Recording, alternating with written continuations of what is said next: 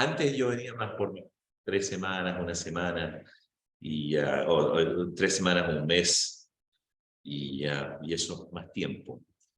Pero se pone difícil, tengo muchas responsabilidades también. Obviamente, le estaba diciendo a los hermanos allá, también tengo mi familia. Ser el siervo del Señor, dentro del servicio para el Señor, la familia es parte del servicio. Esa es la prioridad también. Entonces no es solamente el servicio, como hemos hablado un poco, que podemos estar tan pendientes del servicio que nos olvidamos las cosas más importantes. Fue bonita noche. Después, cuando llegué a la casa, mi esposa estaba con una amiga, entonces ella había salido, pero mi hijo estaba en casa, mi hijo mayor. Y lo llamé y nos pusimos a conversar. Y una conversación tan larga, por harto tiempo, conversando así de las cosas de la vida. Y fue bien bonito. No lo voy a ver hasta el domingo, aunque llegue el viernes, porque por el fin de semana va a ir a otro lado. Entonces, pero era bien agradable conversar con él. Y ya ahí me doy cuenta, esas son las cosas que son importantes. Gusto de verlo, hermano Manuel. No sé si nos hemos conocido antes, no. Físicamente no. Físicamente no, ya, con mucho gusto. Y es bueno ver a la Valesca con los resucitados ahí. Bueno, qué bien. Ya, vamos porque vamos a tener una pequeña convivencia después, entonces voy a predicar hasta aproximadamente las 8:10. Te doy ¿Cómo? Sí, no tengo mi teléfono aquí, entonces ahí me llevo con mi teléfono también, porque mi reloj le puse batería, pero no sé qué le pasa tampoco. No sé por qué no me funciona bien, se atrasa un poco. Vamos a ver las grandes cosechas que se encuentran en la palabra de Dios, las grandes cosechas.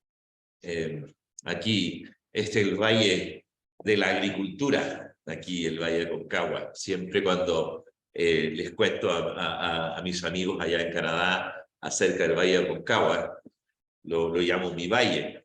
Y siempre me encanta cuando, lo hemos mencionado varias veces, cuando entro o salgo del túnel, el Chacabuco, y ahí está el gran casino ahí allá a un lado, pero uno baja y empieza a ver la planicie del valle. Y uno sabe que a la vueltita está San Felipe, por allá está Los Andes y Santa María, poco más allá.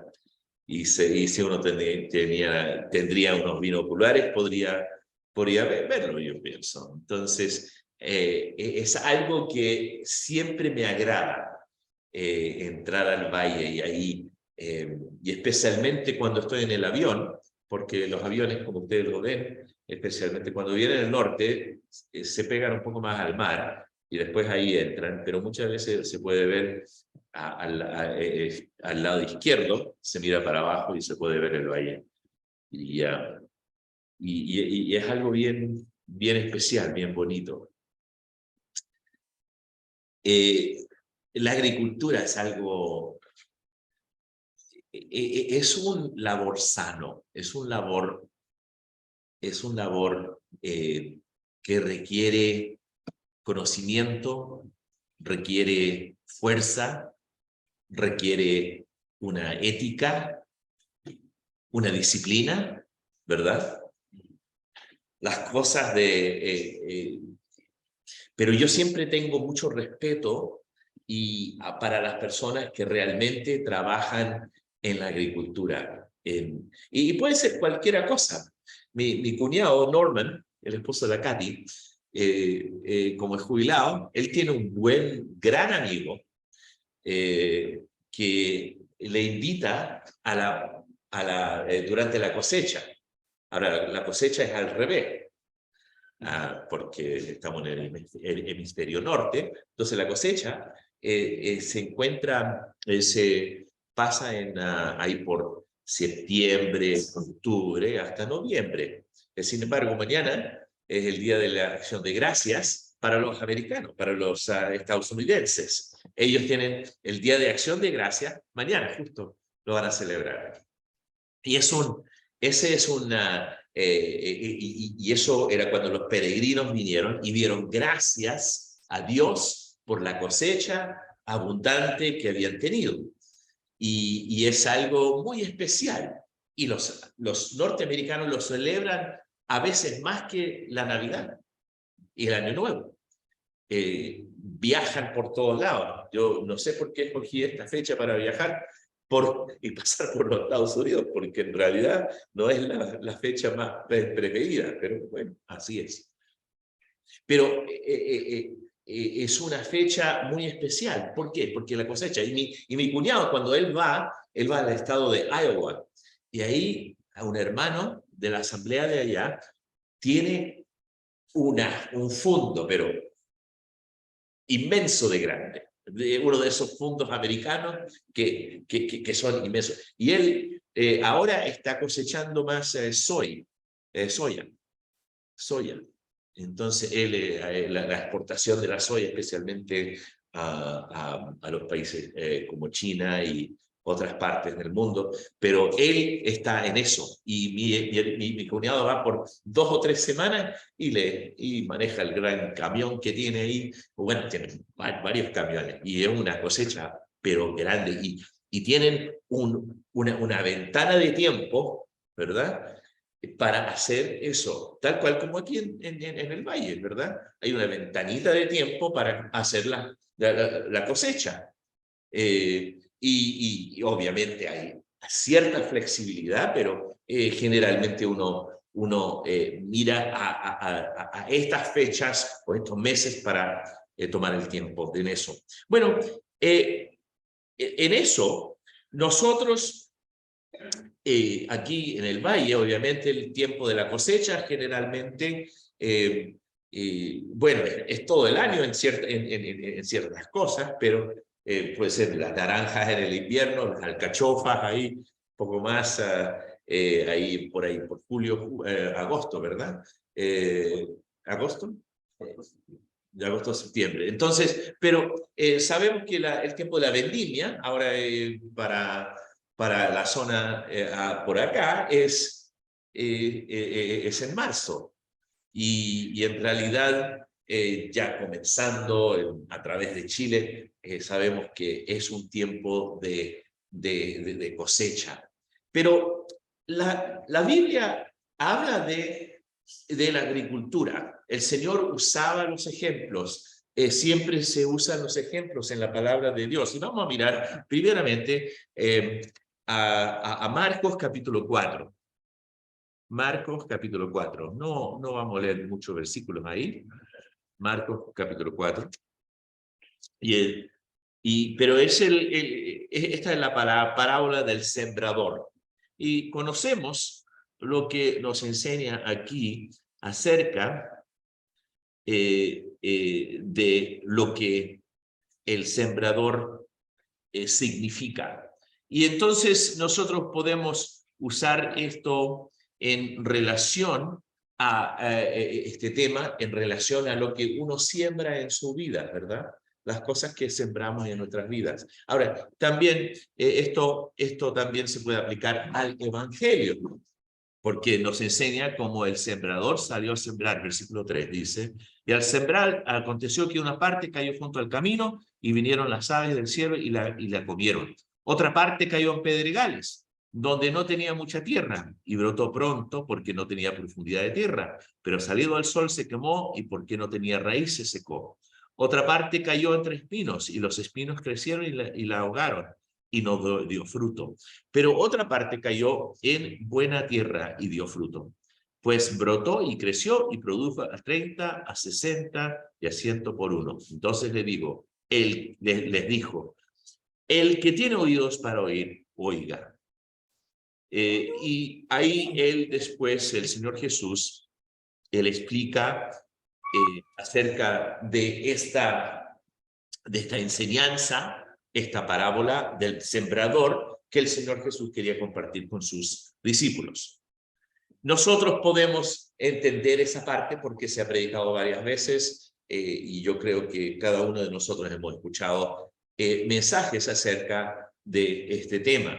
A lo que yo voy es, vamos a mirar en otros pasajes también acerca de las grandes cosechas que se encuentran en la palabra de Dios. Pero antes de comenzar eso, vamos a leer el versículo 29.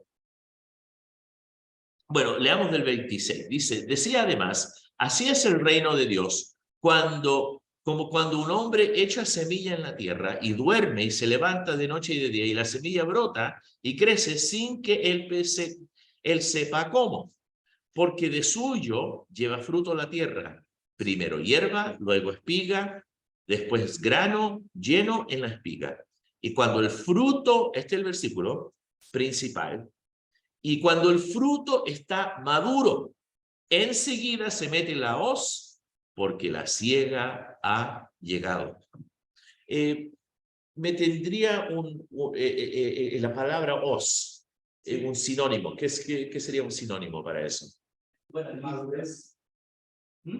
Madurez. No, lechona. La hoz es una lechona. Ah, una lechona. Ah, ya, para cortar. Es símbolo de... Muy bien, excelente. Ahora entiendo, sí, no sabía que era la palabra, le agradezco la ayuda, hermanos. Entonces, vemos cómo aquí dice, cuando el fruto está maduro, enseguida se mete la hoz, porque la siega ha llegado. Entonces, se mete la hoz porque hay que trabajar. Hay que hacerlo en el tiempo correcto, en tu tiempo adecuado para hacer ese trabajo. Y eso es importante, ¿verdad? Si uno deja, por ejemplo, allá en la casa de San Felipe, como desafortunadamente no se regó en el patio de atrás. Y nosotros tenemos limones allá. Si ven los limones, están todos así como un viejito con arrugas. Así se ve. Porque no ha tenido agua. Entonces, eso es porque no se sacaron del árbol en el tiempo y se quedaron ahí, no recibió la nutrición que necesitaba. Yo creo que si lo hubieran regado, todavía estarían ahí listos para sacar, pero así es. Y entonces eso pasa con cada cosa en nuestras vidas, ¿verdad? Si nosotros no le ponemos el esfuerzo, no le ponemos lo que debemos poner, el hombro a esa situación o a cualquier cosa que hemos sembrado y no lo cuidamos, puede decaer, puede destruirse, puede secarse, muchas cosas pueden pasar. Y yo sé que estoy hablando a gente mucho más informada y educada en cuanto a la agricultura, que son ustedes. A mí me encanta cuando hablo por videollamada con mi hermano Miguel, y ahí él me muestra dónde está, por ahí, ahí en el huerto, ahí con sus cosas, y me explica. Eso una vez me explicó un montón de cosas que yo no entendía. Una vez también el hermano Miguel habló de cómo Dios bendice hasta el ateo que tiene su fondo por ahí, que cae la lluvia y el sol y todo lo que Dios da para el crecimiento y da fruto. Y aunque la persona es un ateo o una atea, Dios igual le bendice con las cosas que da. Ahora, nosotros sabemos que anualmente tenemos una cosecha de lo que vemos en la tierra, aquí en el Valle del Concavo, como hemos dicho. Pero también sabemos porque Dios hizo un pacto con el hombre y hizo un pacto con Noé, que nunca más iba a destruir el mundo, nunca iba a haber una situación como pasó, que el mundo totalmente inundado con agua. Y Dios dijo, voy a hacer un pacto, y puso un arco iris como su símbolo para decirle a la humanidad, esa es mi promesa. Desafortunadamente el arco iris se lo han robado, ¿verdad? Y se la están usando por otras cosas. Pero vemos ese arco iris, y cada vez que uno ve el arco iris sabe que es la promesa de Dios. Es bello. Ahora, hay inundaciones en distintas partes del mundo. Sin embargo, está viendo las noticias en Indonesia en este momento. Esos lugares donde eso pasa tantas veces y hemos visto. Y las inundaciones pueden ser muy terribles, pero son en una localidad, son a lo mejor en una parte de un país o una parte de una comunidad. Y no es totalmente toda la comunidad, porque hay lugares que son más altos, pero la gente que vive en los lugares más bajos, ahí hay ese problema. Entonces, sabemos que Dios hizo ese pacto a través de cuando hizo por medio del patriarca Noé, y él dijo que iba a haber las estaciones. Las estaciones son del año son preciosas. A mí me encantan las distintas estaciones. Preferiría, se lo digo sinceramente, quedarme en esta estación, porque cuando voy para allá, mañana, el día viernes, llegando en la mañana, voy a estar pasando frío. Eso lo sé. Y intentaré estar a la tarde con ustedes. El día viernes iré a mi oficina, intentaré estar, ¿ya? Con ustedes. Entonces, y me van a ver por acá. Pero damos gracias al Señor que tenemos las distintas estaciones, y son distintas, son diferentes, ¿verdad? Ahora, aquí en el Valle de Aconcagua es un poco... hay unos días en julio, o a veces unos días en agosto, que cuando uno dice, ¿dónde está el invierno? Porque se fue el verano, o ¿dónde está? Porque llegó el verano. Pero para nosotros en Canadá son muy marcadas las distintas estaciones, muy marcadas. Uno sabe, uno dice, el otoño está en el aire, así se dice, o la primavera está brotando. Y uno dice, la única cosa que decimos muchas veces es, ¿cuándo llegará el verano? Porque a veces no llega, pero nosotros podemos disfrutar y vemos eso. Pero hay otras cosechas en la vida que nosotros podemos pasar. Vamos a leer en Gálatas el capítulo 6. El capítulo 6. El versículo 7 dice lo siguiente: no os engañéis. El versículo 6, el versículo 7 y 8. No os engañéis, Dios no puede ser burlado, pues todo lo que el hombre sembrare, eso también segará. Porque el que siembra para su carne, de la carne segará corrupción, mas el que siembra para el espíritu, del espíritu segará vida eterna. Ahí está, ¿verdad? El que siembra a la vida carnal. Y eso es algo que muchas veces puede llegar a nuestras vidas en una forma muy sutil, una forma así a la escondida, que llega esa parte y nosotros nos ponemos a sembrar en las cosas que son carnales. Ahora, ¿qué es carnal? Bueno, sabemos que nosotros podemos ir a los extremos. Esa es la inmoralidad, el trago, los vicios, esas cosas que realmente te pueden llevar a la destrucción. Al creyente incluye al creyente, que un creyente le puede llevar a eso cuando siembra en eso. Yo me acuerdo de un amigo hace muchos años, me dijo, mira, yo estoy tratando de alcanzar mis amigos, entonces yo voy al pub con ellos, al bar. Y ahí yo me tomo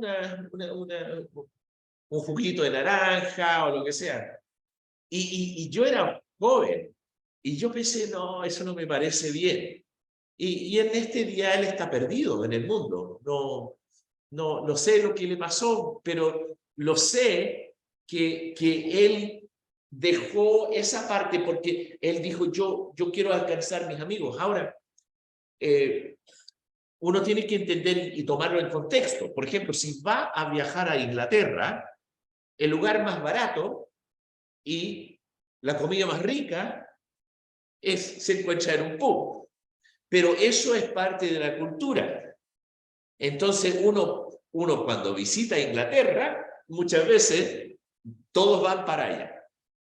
Entonces, en contexto, eso está bien, pero en Canadá, por ejemplo, si yo voy a un lugar que es dedicado a eso, no conviene porque realmente puede ser un lugar que te puede arrastrar para abajo. Entonces, si uno está sembrando en esas cosas y lo está tratando de legalizar o razonar en su vida, en realidad puede hacerlo en una forma en que se engañe a sí mismo. ¿Cómo comienza este versículo 7? No os engañéis. No os engañéis. Entonces, el engaño puede llevarle a una vida carnal. Y como le digo, puede llegar a su vida en una forma muy sutil. Y muchas veces uno, día tras día, hace o toma esas decisiones que realmente le pueden llevar a una vida que puede ser destruida. Y sabemos que en el mundo hay mucha gente que intenta y trata que la persona se meta a esas cosas. Yo veo eso con mis hijos. A veces ellos, mi hijo mayor, él juega con un equipo de fútbol. Fútbol, como ustedes lo juegan. Y es muy bueno el equipo. Y los amigos son buenos amigos. Él cuando eran cabros chicos jugaba. Entonces ya son hombres maduros con familias, con trabajo ya, pero ellos juegan juntos todavía, y es un buen equipo. Y yo voy a los partidos y juegan todos los sábados como las 6 de la tarde. Y voy a los partidos y me encanta ir. Pero una cosa que mi hijo, lo hemos hablado, él tiene que tomar decisiones y hacer una línea de demarcación con ellos, porque muchos de ellos son muy tirados a salir a tomar después del partido. Entonces, él ha declarado delante de ellos que es un creyente y que él sigue al Señor. Fue interesante cuando él se comprometió, a la semana siguiente él tuvo una convivencia en la casa y nosotros lo organizamos, había una comida y eran los puros amigos de ella y de él. Y vinieron algunos de estos chiquillos. Y él y yo estaba ahí, después con mi esposa salimos, pero antes de salir, él dijo, papá, ven, puedes dar las gracias por la comida. Eso era una gran cosa, porque él quería demostrar a sus amigos, nosotros en este hogar creemos en el Señor, lo ponemos en prioridad. Ahora, el que siembra a la vida carnal puede ser que realmente destruye su propia reputación, destruye su propia vida, hasta puede destruir su propio hogar. Entonces nosotros como creyentes debemos tener cuidado. Sabemos que el mundo siembra hacia eso, pero sabemos que nosotros podemos sembrar a la vida carnal y ni darnos cuenta.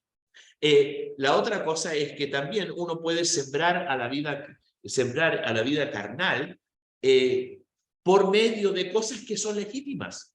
Por ejemplo, a mí me encanta el deporte. y yo no encuentro nada malo de sentarme a mirar un partido.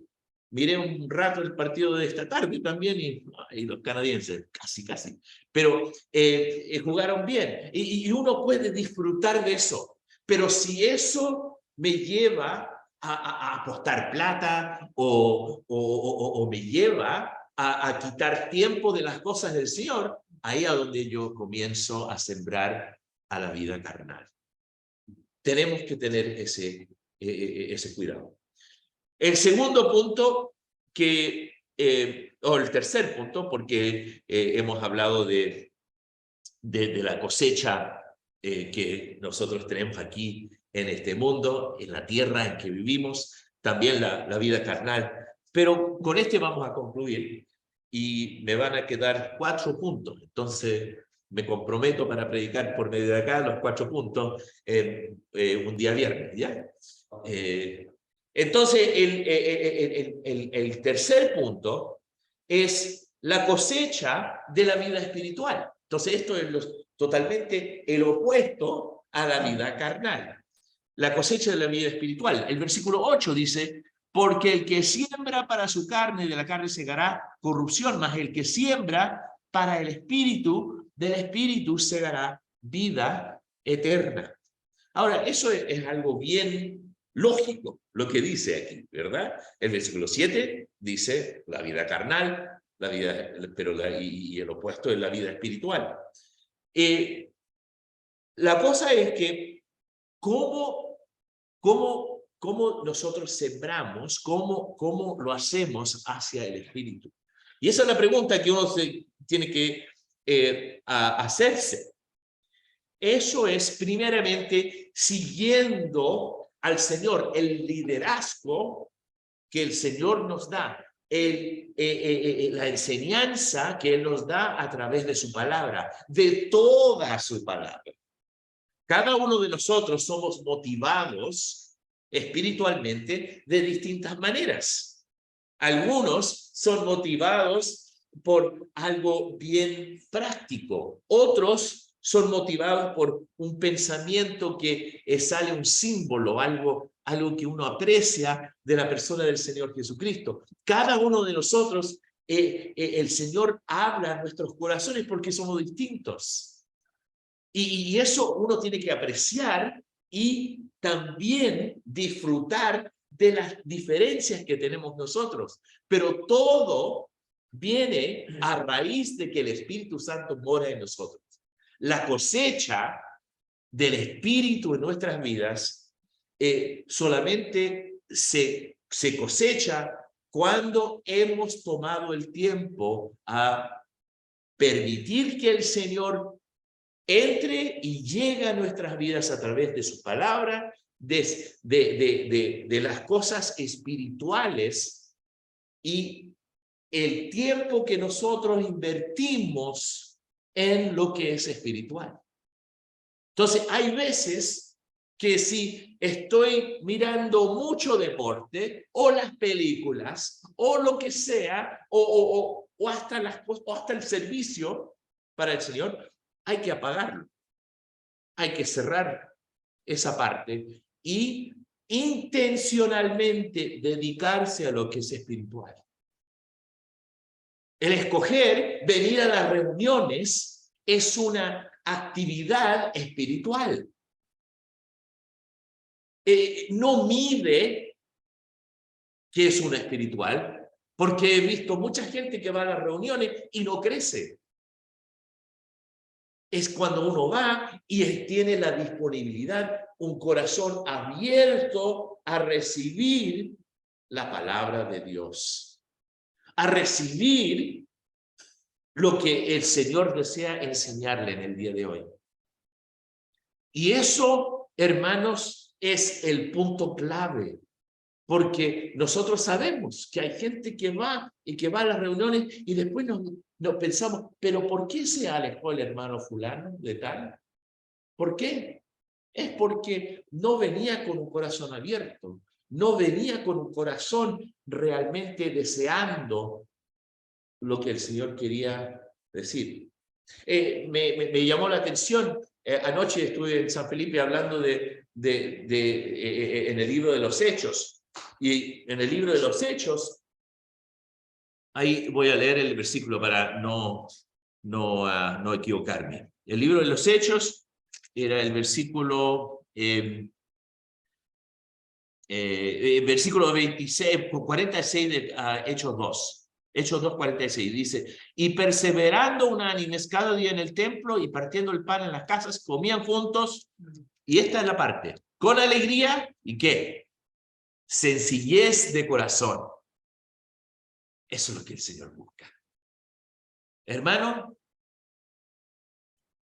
yo prefiero ser un hermano sencillo en vez de un hermano complicado. No seamos hermanos complicados. Seamos hermanos sencillos de corazón. Eso es lo que, por eso tenían crecimiento. Eran sencillos de corazón. La vida espiritual, a lo que el Señor nos lleva. Y entonces uno tiene que cultivar la obediencia y escuchando al Señor a través, su voz, a través de las Sagradas Escrituras. Escuchando. Y lo que el Señor habla a través de su Espíritu que mora en nosotros, a nuestros corazones. Y nosotros nos rendimos a Él y le damos el control de nuestras vidas. Eso es la cosecha de la vida espiritual. ¿Y qué dice el versículo 9 de Gálatas 6? No nos cansemos, pues, de hacer bien, porque a su tiempo segaremos si no desmayamos. Así que, según tengamos oportunidad, hagamos bien a todos y mayormente a los de la familia de la fe. Ahí está. Podemos cegar, podemos realmente ver la cosecha a su tiempo, como dice el versículo 9, si no desmayamos. Nos podemos cansar, pero Dios es el que da la cosecha. Entonces, los primeros 3 puntos hoy, la cosecha que el Señor nos brinda al creyente y al no creyente, nos da la tierra, lo que nosotros comemos, las cosas que creo que vamos a comer algo. Estoy convencido de eso. Un pancito, listo, estoy bien con eso. No comí mucho hoy, entonces por eso. Estamos agradecidos, pero también uno puede sembrar y a la vida carnal. Tengan cuidado, ojo con eso, porque es sutil el diablo. Pero también podemos cosechar en la vida espiritual. Y eso significa que nosotros tomamos el tiempo para sembrar intencionalmente en las cosas espirituales para la gloria y la honra de Dios. Entonces nos quedan unos 4 puntos más que vamos a mirar a las 7 grandes cosechas que se encuentran en la palabra de Dios. Perdón, hermano, tomé un poco más tiempo. Dios bendiga su palabra, oremos. Padre nuestro que estás en los cielos, te damos gracias por tu Hijo amado, el Señor Jesucristo, que dio su vida por nosotros.